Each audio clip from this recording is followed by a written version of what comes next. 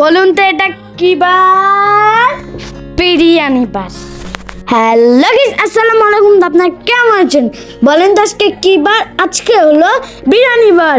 আজকে আমাদের বাসায় বিরিয়ানির রেসিপি।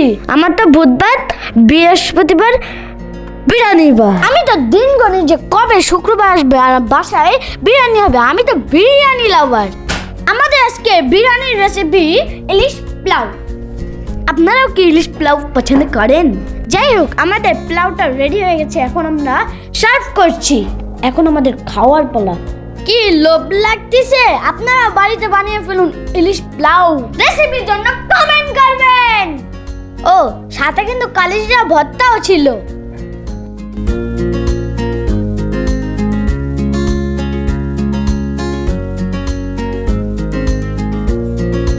ভর্তা হয়েছে আর ইলিশ পোলাও রান্না হয়েছে আজকে।